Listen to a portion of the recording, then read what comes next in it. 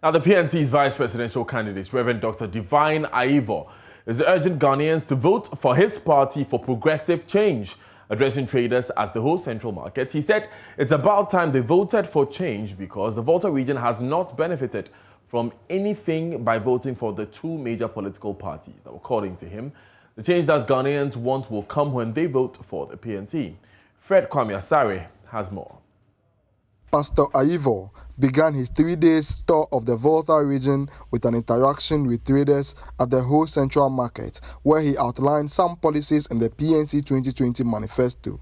Among other things, he mentioned free education from kindergarten to tertiary levels, free technical and vocational training, among others. To bring a change to how things are going on in this country. It's about time. We have voted for 20 years for the two major parties, and we don't get anything for Volta region. It's about time a change must come.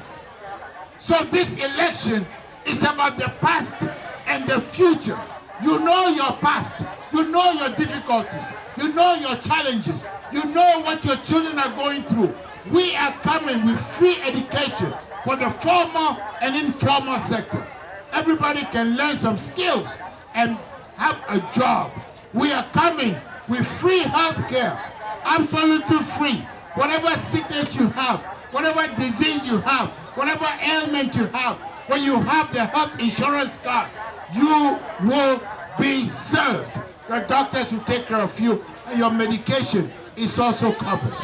We are trying to deliver prosperity to all Ghanaians, every facet of the country. A change will come. We will do something with the whole airport.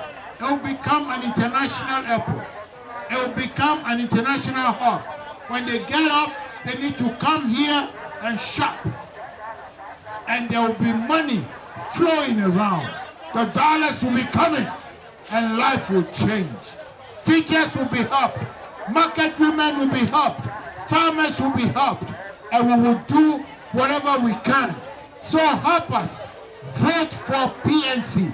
You might never have voted for us before, but this is your chance to vote for David Apasara, and the change that you want will finally come. He also paid a courtesy call on the leaders of the whole Zongo community, where he urged them to convince their followers to consider electing the PNC in the upcoming general elections. Reverend Aivo ended his day's campaign activities with a press interaction. He believes the PNC would better implement the free education policy. So we are coming to, since we have the blueprint and they have borrowed our ideas, we want the nod so we can bring the reality of what we envisaged, which is the free education. We want free education like it was when we went to school. You get books, sometimes you get uniform. And at the university in Legon, 14 cedis was paid to us. We will not pay the 14 cedis, but we will give free education from kindergarten to tertiary, to the university. What is right now, free SHS, is good, but it's not good enough. For the poor person, when the poor child finishes free SHS, he is done with education. What occupation can you call, what profession can you fill with a SHS diploma? Can you be a doctor? Can you be an engineer? Can you be a lawyer? No. You are limited to something. Selling water on the road or selling banana in the corner of the street. We don't want that. We have too many unemployed people that will invest in education. Fred Kwame Asare, JoyNews. Ho. Now, more security personnel have been deployed to Yagaba Kubori constituency in the northeast region As tension continues to rise following the arrest of 5 more persons believed to be members of the opposition NDC. Security personnel are currently meeting with the aggrieved persons who are accusing them of bias and threatening to defend themselves from undue arrest. Here's one of the NDC's activists, Ibrahim Abdul Rashid, speaking to Northeast correspondent Ilyasu Tanko. The incident took place, and we were trying to move out of the community. You know, on our way back home, we met a team of policemen with their pickup going there, and we stopped. They were telling us that our people are being attacked over there. That is the report they got from the Assemblyman. So they should come. So they went there and we came home. Later, some of the people joined us in Yaba here. Some had to run for their life. Even today, this morning, as I speak to you, I got a call from a chief from Mugu, who is also saying that some of the people came and slept at his place because they were chased out of the community. And we have evidence of the destruction of houses of our people that took place there. And if the media one, we can go there and cover it. It is there. Okay, so they have to do in order to ensure peace in the area is to beef up security in these hotspots, because there are some hotspots we have identified, and I know the security men too, they have it. If they want to ensure security now, during and after the election, then they have to make sure that they beef up security in the Tantala area, the Bozesi area, Yaba, Kubari, Kubugu, Kwatargu area, and even Lori. They have to beef up security. If there is security, I think all of us will keep a limit. They came the very day the incident took place. They made some arrests. I think they arrested 5 people from the other side of the divide where the incident started. And then they also came to Yaba here and picked some of our people too, about 4 people, making them 9. But later, I think when they picked those people, they took them to Walwali and then processed them before court. They were very swift. They processed them before court. And then both lawyers from our side and that of the MPP were all there. And they were seeking to get bail for their people. So later, I think they all came home. Only for the military men to come in the night again, and they were going around picking the NDC guys. Now, the police, however, maintains the situation is under control.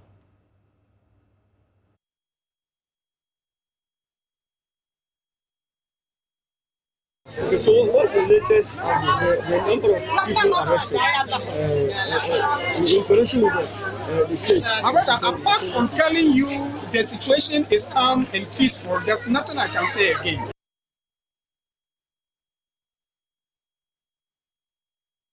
Right, let's get a bit more on this story. Ilyasu Tanko has joined us.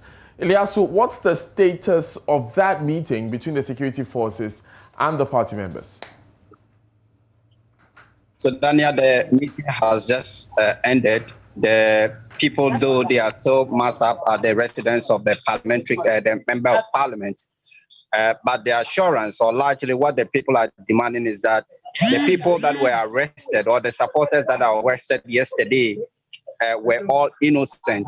And according to them, that the police or the security forces do not use the right procedure in arresting these people.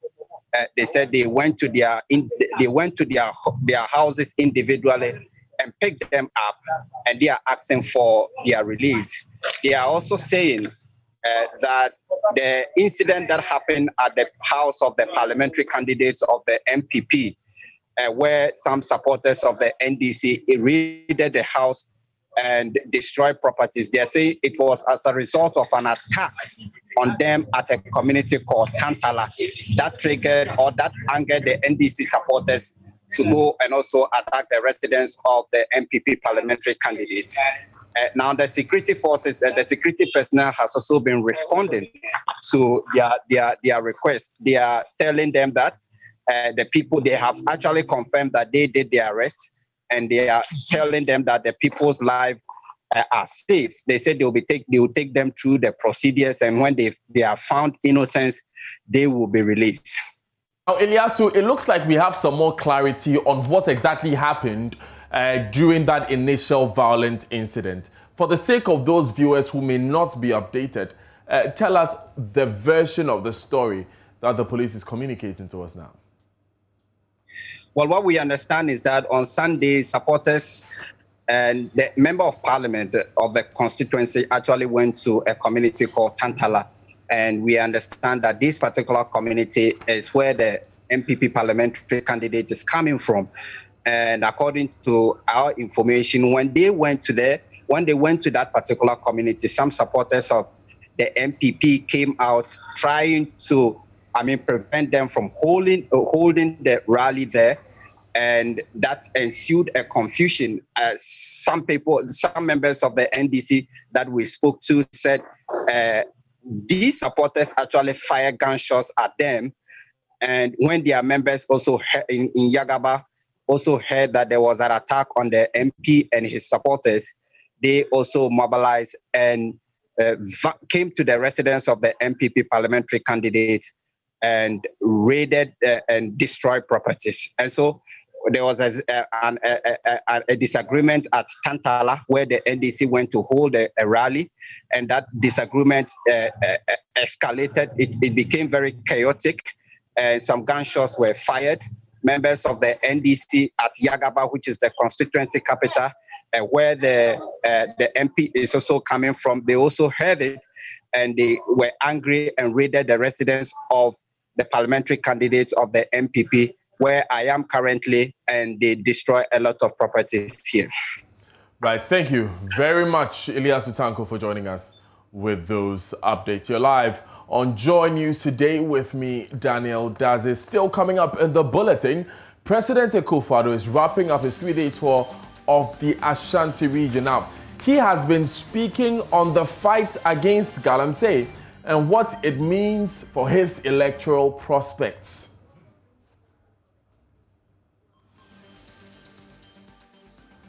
We'll also take you to the very latest stop of the NDC's vice presidential candidate, Professor Nana Jane Opoku-Agyeman, as that campaign heats up as well. Stay with us. This is Joy News Today.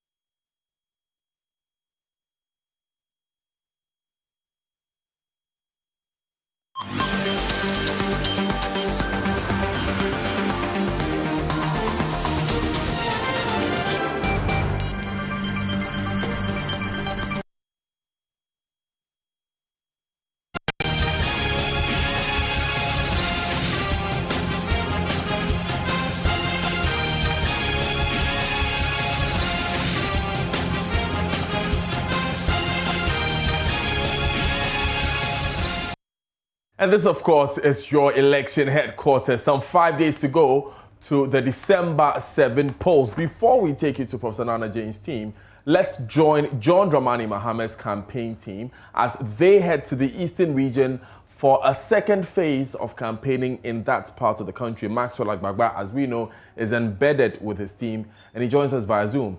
Maxwell, tell us, how did the first part of Mr. Mahama's campaign tour go, and why have they decided to go back to the Eastern region? Do we know? Well, it's a mop-up campaign. That's what we've been told. So this is to actually finalize the work that is started previously. So that is why the team is headed there today. We still have the campaign office here in Cantonment. We're yet to actually leave the campaign office. Quite a number of people have gathered here, waiting for the team to leave. But it is expected that once he gets to the Eastern region, he will continue his message that he has for the people. The message about Free Senior High School, for instance, has characterized, many of the places that we've visited. He keeps reinforcing the point that a future NDC government will not abolish the Free Senior High School policy, but rather improve it and make it better. He's been reiterating that if the NDC wins power, we'll make sure they abolish the double track system, within a year. And it's expected that he would still reiterate some of these promises that he's been making. He's also been talking about the National Apprenticeship Program. He believes that if young people are equipped with the needed skills, they will be in a position, to develop themselves and help their dependents and other people who rely on them for their daily source of livelihood. So it's expected that would reiterate all of these promises that. Right, Maxwell Agbagba, they're joining us from the campaign headquarters of the NDC at Cantonment here in Accra. Very soon, they will hit the road again to canvass for votes in the Eastern region, specifically as President Mahama pushes for a comeback to Jubilee House. Now, let's go to the other side of the political divide. President Akufo-Addo is wrapping up his 3-day tour of the Ashanti region with the commissioning of a police hospital at Boshen, inspection of ongoing projects, and a drive through Bantama and Ashtown. The president is reinforcing his call for electorate to come out and vote on election day. Addressing a rally at Manson Kwanta, a mining town, the president said his position on illegal mining remains unchanged, stressing he cannot support any mining activity that destroys the environment. Mr. Officer, if somebody ever catch me one is hello, and I'm Galansea, Marcus Metromuno, and Tibubu for me. As my mother said, no talk. That's so. I really, there are many about who are 100 said. My crado, somebody or thrown one echo, Unyami 7th of January 2017. Mema Misaso Ekantam say Maya Diatich or Mansa National Constitution law. Mina Medicaya Fema Ayajuma Ekantam say Nipa war mangan and Yina Mesedabo or by Navigana Japadia war. Yasase, Yensio, the Bibiano, men na Meseda Abohoban. Nasa, Bibia essay, Yajapadiano, me to be Katamani was so. Minute to me, Samakase, yet to be your mind in Wagana, Mr. Minkasa, da, say it to be your mind in Wagana. Let's get some more from Elton Brobe, who is our presidential correspondent, traveling, of course, with the president. Now, Elton, illegal mining, or Galam, say it's a very sensitive subject. The president addressing it frontally. Tell me about the response he has received from the people you're speaking to in these towns? Right, so let me start from the president's own admission prior to tackling the matter of illegal mining. He said that on his way to the Monsoon Cancer 2020, he was under the impression that he was going to receive a postal welcome from the resident because of his position and the government of the position of his government on illegal mining or galamsey.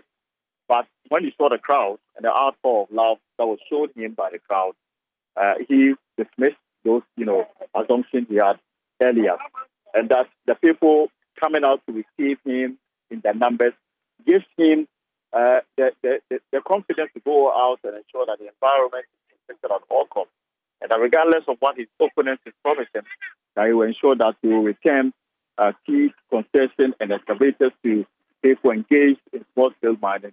He would rather work to protect the environment for future generations, and that politics will not make him deviate from his position to ensure that there is proper mining regulations in the country, and that government issue about community mining concept is what will be implemented, what will be enforced, it will what those who want to go into small-scale mining conform to.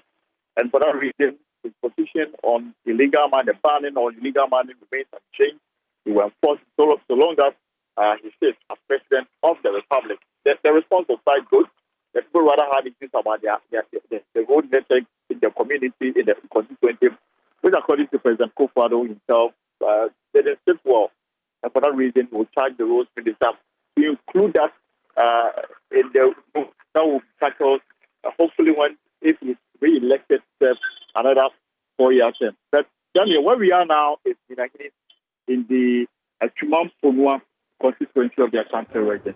Now, this particular area was a scene of protest by inhabitants here when, at the tail end of former President Mohammed's administration, a mining was given to EMP, Engineers and Planners, to undertake bauxite mining in this particular area. They have a large deposit of bauxite. The youth protested through the law, on hand, see equipment that was used by the company to undertake of bauxite. Eventually, the matter went to court. The court ruled that the company cannot go ahead to do the mining. And this same deposit, the government is using as a backup to secure that $2 billion in the hydro deal. So the regional minister, in his welcoming remarks, congratulated the youth for resisting the attempt by the company to mine bauxite here. That government rather decision to use the bauxite deposit, get some money from China and using it to the betterment of the entire country, and also going into an arrangement with the Chinese companies to rather build a refinery in the constituency because it will create jobs for the people. The way to hear what President Kufuor is likely to say on this matter, because that appears to be the main concern for the people in the town here, which is the Chumam-Fonua constituency. And I can't wait to hear how the president will address that matter myself, Elton. Thank you very much for that update. You're live on Joy News today with me, Daniel Dazin. Away from the president, a 33-year-old man is in the grips of the police in Tafo in the Ashanti region after allegedly stabbing his girlfriend for attempting to break up with him. Neighbor in the Tafo Zongo community found the young woman bleeding profusely outside her room after her shouts for help. The victim, 22-year-old Deborah Sante, suffered stab wounds to her neck and back and was rushed to the Tafo Government Hospital.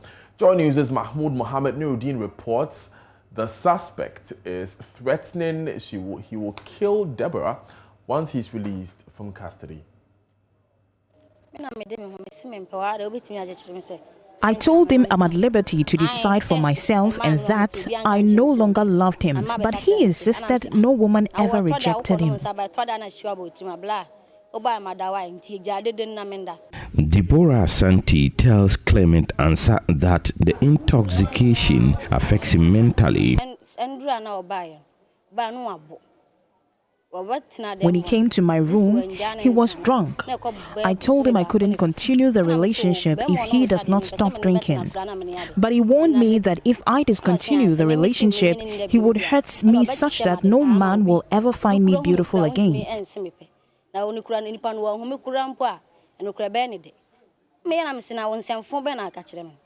Immediately, Clement tried to hit Deborah's head against a wall. She dodged, causing Clement's hand to hit the wall painfully.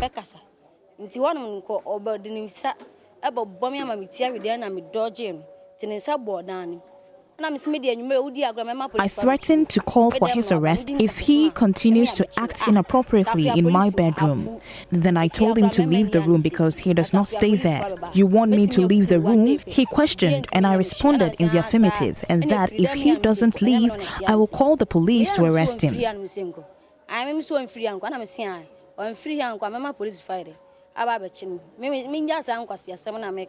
Just after Deborah handed over a phone charger to a friend in the house and went back to her room, Clement used a pair of scissors to stab her multiple times.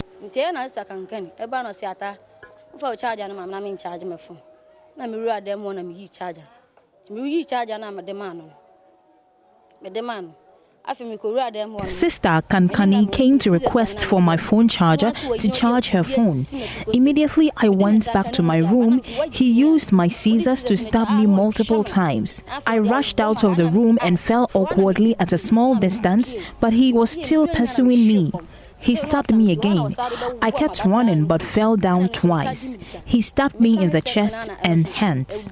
He was about to stab me in the neck when a man came to rescue me and further admonished him to stop misbehaving.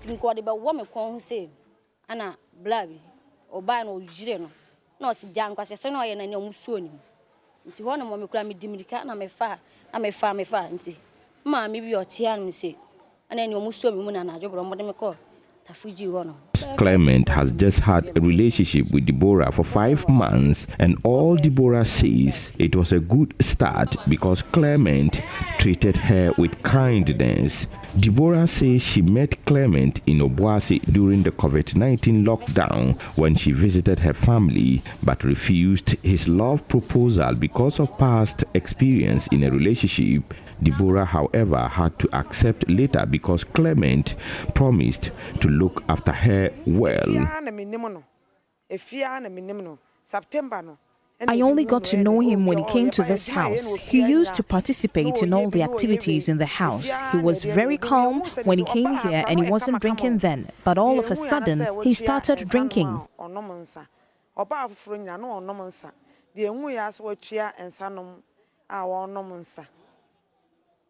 Just after Clement began drinking alcohol and smoking marijuana, his calmness and cooperative spirit, according to Deborah's friend, disappeared. This is an unimaginable time for young Deborah because Clement says he would kill her.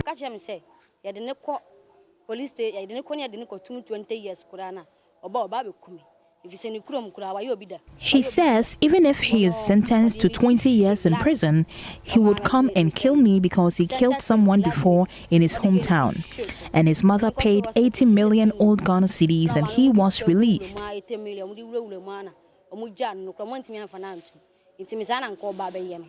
Until he moved to Kumasi in the Ashanti region, Clement was a galamsey at Obuasi. A report by Mohammed Nuruddin. You're live on JoyNews today. Now coming up in business, more than 10,000 farmers in cocoa growing communities to benefit from special initiative to boost production. Daryl has details on this story and more from the world of business after this.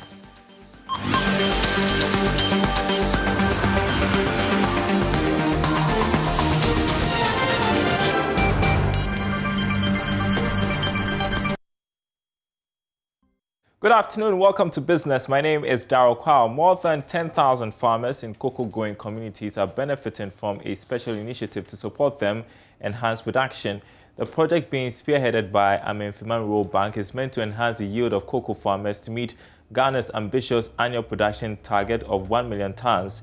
CEO Dr. Alex Asma spoke to my colleague Prince Apia at the bank's 36th annual general meeting at Wassa in the Western North region.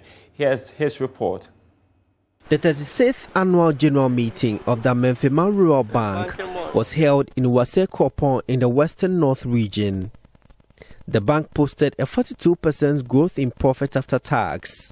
Deposits increased from 189 million cedis to 254 million cedis in 2019, whilst assets increased by 36.5%. CEO Dr. Alex Asma says the trend shows confidence in the bank despite financial and pandemic challenges. The year 2019, in spite of the difficulties coming from the banking reforms, we were still able to grow at 42% on profitability, and the bank also grew in all aspects of its business: deposit mobilization, total asset investment, everything pointed to the positive. And Ghana's annual cocoa production target of 1 million tons have been missed for over 5 years now.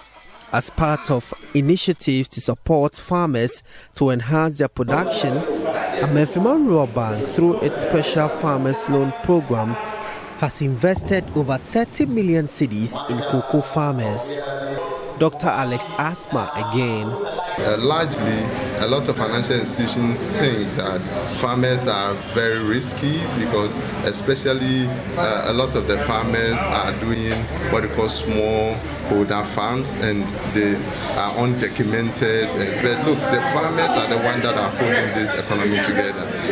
Cocoa farmers in particular drive a lot of economic activities in our communities where we operate. So Memphima Rural Bank last year invested quite a lot in the farmers, that we are able to bring the farmers together in cooperatives, in small groups, and then we educate and train them financially, and we're able to give money to them. 10,000 individual farmers benefited from this project. In other news, Deputy Ranking Member on Parliament Trade and Industry Committee Yusuf Suleimana says the One District, One Factory initiative under the NPP government has been a failure. According to him, majority of the companies under the initiative were started by the NDC government. Mr. Suleimana tells Joy Business lots of factories under the initiative are not functioning because they have not been properly thought through.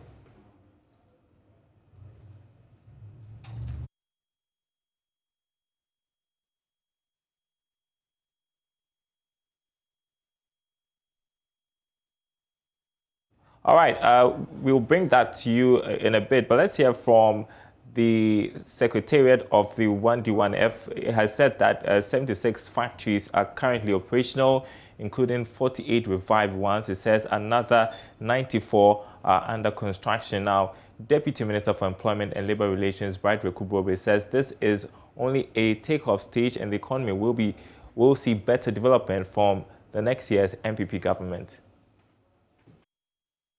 A lot of things have been done already on the ground. So the second term of His Excellency Nana Addo is a takeoff stage. So we are going to see massive development. We are not now going to use resources to be paying debts, which we came to meet. We are now going to use the resources to actually put in place what we have intended and have planned with the people. So we are going to see massive development come 2021 and beyond.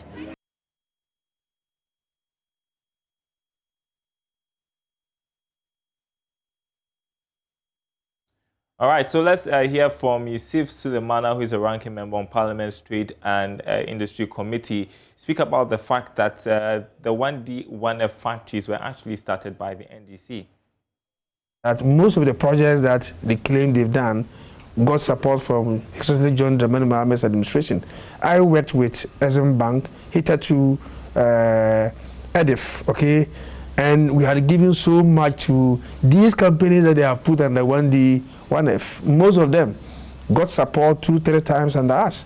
And we didn't name them as 1D1F. So if we were to separate those ones, okay, from the total number of factories that they said they had done, then you realize that they've done nothing. You need to give attention to the raw material base. You don't rush in putting up the factory when you don't have the raw material. What we are doing, I repeat, is just to help build white elephants. They fail because of this populist approach to the whole concept of industrialization. And I keep saying this, rural industrialization is the way to go. But it's not for you to just walk around and say that everywhere you see land, you want to put a factory there. No, you have to ensure that basic economics, okay, factors of production, okay, you need raw material.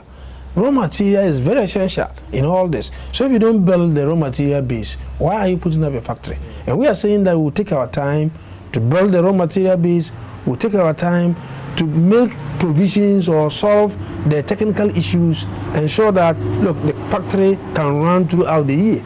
Once you do this, we are good to go. A full bulletin of business news at the top of the hour. Sports is up next. Hello there, welcome to Showbiz here on JoyNews today. Now, socialite turned musician Mona, popularly known as Hajia for real, says her goal is to win herself a BET award 4 days after the release of a single, Badadan. The musician, in an interview with JoyNews, revealed her aim is to win a BET award and shares what she wants to be remembered for. I want to go for BET Awards. Okay. That is the goal. That is the goal. Grammys. So, okay, not just to attend, but you want to receive an award. Okay. That's my goal. That's my dreams. I mean, okay. There's nothing wrong with dreaming, right? Yes, absolutely nothing wrong. Okay. And is that the only thing that you want to achieve? I want to have kids, more kids. Okay. I want to have more kids. Okay. And I want to expand my businesses. And just keep winning. What kind of name are you trying to build for yourself? That one day you grow old, Nyla grows, and you know you're no more, God forbid, not now. How would you want people to remember you? I want people to remember this young, beautiful lady who is a go-getter, who doesn't take no for an answer, who believes in her dreams and chases them and makes sure that she conquers all her fears. And like this, I don't know how to say this.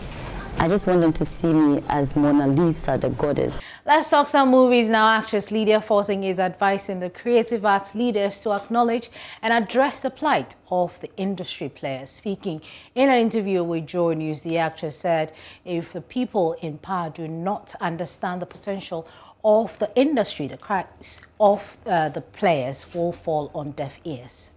I think COVID for our industry exposed a lot of, not just our industry, exposed a lot of wrong in our society, exposed the lack of structure in our society, and it was an opportunity for us to put structures in place because it's beyond cinemas. You know, how many cinemas do we have in Ghana?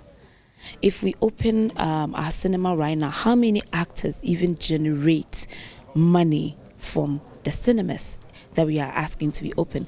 It has to be open, yes, but it's beyond opening the cinema.